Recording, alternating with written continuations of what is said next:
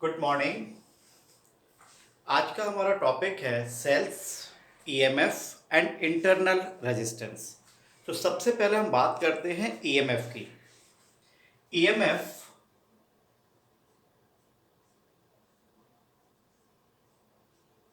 और दूसरा हम बात करेंगे पोटेंशियल की।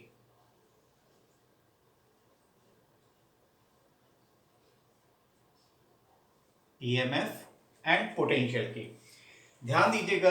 यहां पे मैं दो सर्किट डायग्राम बना रहा हूं। ये हमारा रेजिस्टेंस हो गया, ये हमारा एमीटर हो गया। This is a cell, this is a key, resistance R, resistance R और रेजिस्टेंस आर के अक्रॉस वोल्ट मीटर वी। ये एक सर्किट डायग्राम है। एग्जैक्टली दूसरा सर्किट डायग्राम भी हमारा ऐसा ही है, बस अब आप इसमें डिफरेंस फाइंड आउट कीजिएगा कि इसमें डिफरेंस क्या है। This is ammeter, this is cell, this is key, circuit is close और ये की हो गई हमारी और ये डॉट लग गया। यदि ध्यान से देखा जाए तो दोनों सर्किट में एक ही डिफरेंस है कि यहां पर की लगी हुई है और यहां पर की ओपन है।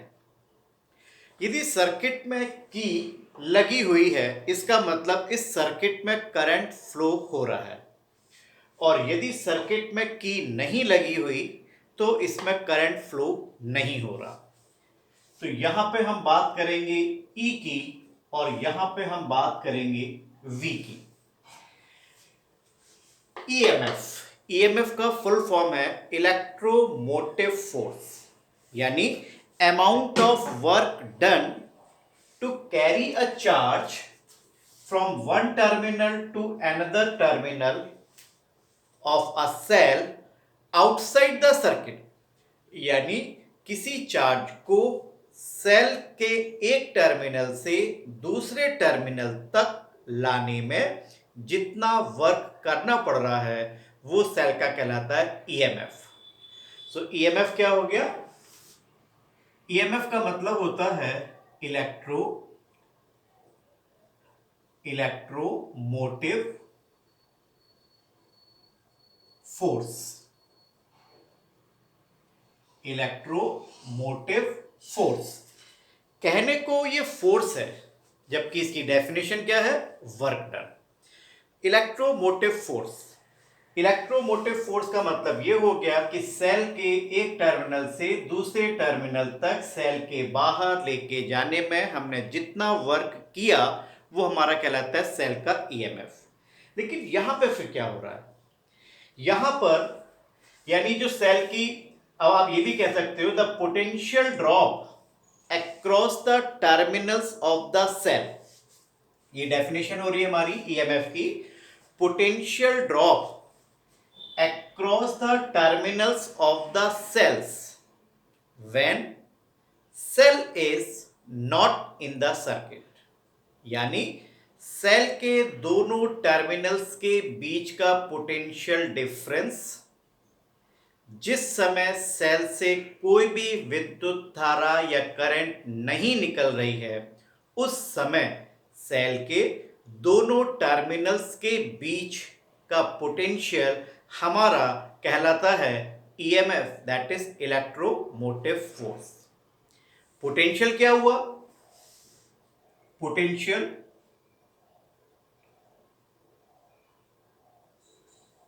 पोटेंशियल पोटेंशियल हुआ हमारा when the cell is in the circuit. When the cell is in the circuit, जब सेल हमारा सर्किट में है। And when the current is drawn from the cell, और सेल से करंट भी हम ले रहे हैं। At that time potential drop across the terminals of the cell, cell के दोनों टर्मिनल्स के बीच का पोटेंशियल यानी विभव हमारा विभवांतर पोटेंशियल डिफरेंस कहलाता है।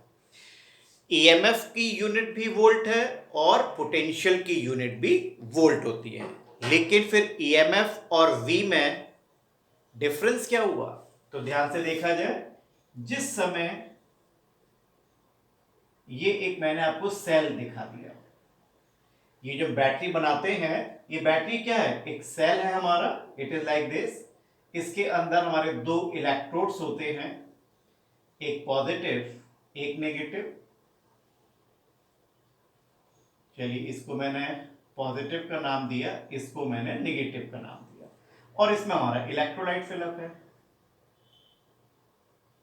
ठीक है, जब हम इस सेल के दोनों टर्मिनल्स के बीच में कोई रेजिस्टेंस या कोई सर्किट हमने लगा दिया, तो यहां से सेल से करंट ड्रॉ हो रही है, यानी ये सेकंड केस बन गया।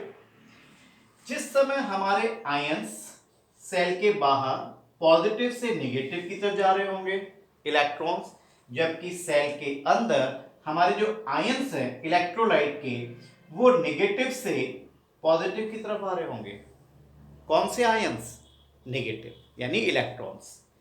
तो जब हमारे इलेक्ट्रॉन यहां से इधर की तरफ मूव कर रहे होंगे, तो जो इलेक्ट्रोलाइट है ये हमारे आयंस के पाथ में हिंड्रेंस ऑफर करता है। इलेक्ट्रोलाइट हमारे आयंस के पाथ में रुकावट पैदा कर रहा है। ये काम कब हो रहा है? जिस समय हमारा सेल सर्किट में लगा हुआ है, तभी होगा। जब कोई सेल सर्किट में है ही नहीं, कोई रेजिस्टेंस हमने लगाया ही नहीं है, तो हमारे नीचे आयंस भी तो मूव नहीं कर रहे होंगे। जब आयन मूव नहीं कर रहे होंगे तो इलेक्ट्रोलाइट कोई हिंड्रेंस भी नहीं करेगा। तो ये कब होगा?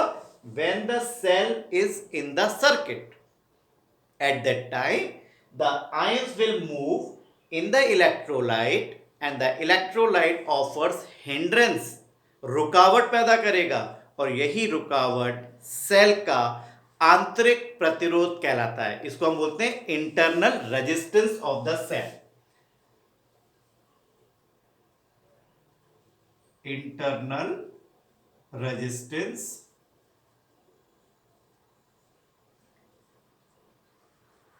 ऑफ द सेल, और इसको internal resistance of the cell को हम रिप्रेजेंट करते हैं स्मॉल आर से। ईएमएफ को रिप्रेजेंट किया था हमने V से, पोटेंशियल को रिप्रेजेंट किया था हमने वोल्ट V से, और इन दोनों की यूनिट थी हमारी वोल्ट, और इंटरनल रेजिस्टेंस की यूनिट होती है हमारी ओम। अब ध्यान से देखा जाए, जिस समय हमारा सेल सर्किट में था, करंट आई फ्लो हो रही है मान लीजिए, तो यहां से यहां तक भी तो करंट आई फ्लो हो रही होगी, और सेल के दोनों टर्मिनल्स के बीच हमने जो बात कही अभी आपसे इंटरनल रेजिस्टेंस की, दैट इज स्मॉल आर। तो स्मॉल आर हमारा है internal resistance, current I flow हो रही है through the resistance small R, तो क्या आई इंटू स्मॉल आर का जो पोटेंशियल है, क्या वो सेल के अंदर ही ड्रॉप हो गया? कब? जब सेल सर्किट में है। इस चीज को ध्यान दीजिएगा, जब सेल सर्किट में है तो आई आर का पोटेंशियल सेल के अंदर ही ड्रॉप हो गया। तो सेल के बाहर क्या मिला? सेल के बाहर जो मिलता है उसको हम क्या बोलते हैं? V। इसका मतलब जो हमारा V हुआ वो किसके बराबर हुआ? वो हमारा बराबर हुआ, पहले हमारे पास E था, EMF, जब सेल से कोई करंट आपने नहीं ली थी, लेकिन जब ली है तो उसमें से जो I इंटू आर है, ये ड्रॉप सेल के अंदर ही तो हो गया। समझ में आई ये बात? तो V is equals to E minus I R, और जब हमारी ये करंट I रेजिस्टेंस R में जा रही है तो हमारा V is equals to I into R भी होगा। ये दोनों ही पोटेंशियल सेम हैं। कैसे? इस समय इसके दोनों टर्मिनल्स के बीच जो पोटेंशियल है वो कितना है? E माइनस आई आर, और जो रेजिस्टेंस R के अक्रॉस पोटेंशियल है वो कितना है? I इंटू आर, दोनों बराबर हैं। तो यहां पे हम इंटरनल रेजिस्टेंस को जब शो करते हैं तो हम यहां पे नेगेटिव टर्मिनल के पास एक स्मॉल रेजिस्टेंस R दिखाते हैं, और इसको डॉटेड लाइन से हम इसको बंद कर देते हैं लाइक दिस। इसका मतलब ये हुआ कि E में से IR माइनस हो गया तो हमारे पास बचा V। अब देखिए हम निकालना चाहते हैं अपने इंटरनल रेजिस्टेंस R की वैल्यू, तो क्या हम इसको लिख सकते हैं IR is equals to E minus V। यहां से R कितना हो गया हमारा E minus V upon I। हम इस I की जगह V अपॉन R लिख सकते हैं, तो small r is equals to E minus V upon V upon R।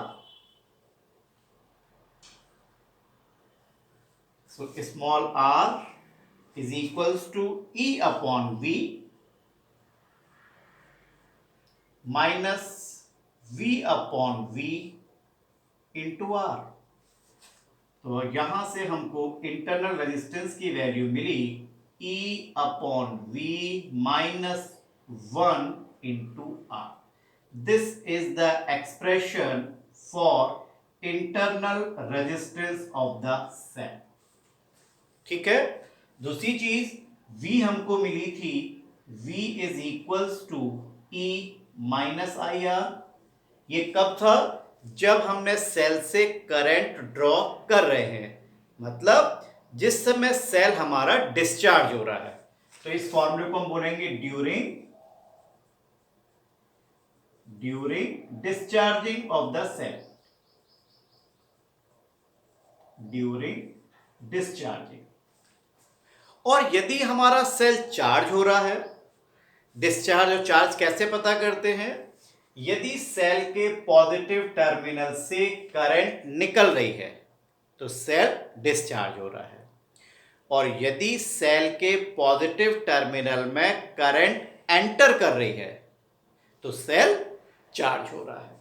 उस समय हमारा पोटेंशियल जो V होगा वो होगा E प्लस IR।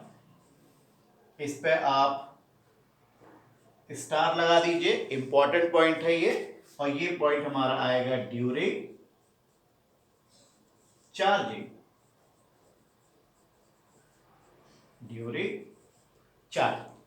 चार्जिंग के समय हमारा पोटेंशियल हमारे EMF से बड़ा होगा, अदरवाइज जब भी हमारा सेल डिस्चार्ज हो रहा होगा हमारा पोटेंशियल हमेशा EMF से छोटा होगा।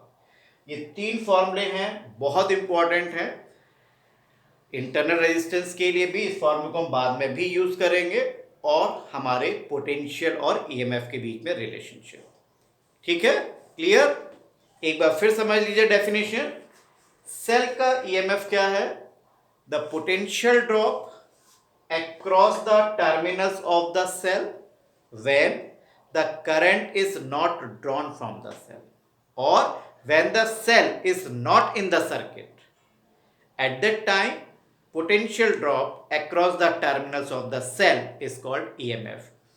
जिस समय सेल से कोई भी विद्युत धारा नहीं ली जा रही या सेल सर्किट में नहीं है, उस समय सेल के दोनों टर्मिनल्स के बीच का पोटेंशियल विद्युत वाहक बल कहलाता है।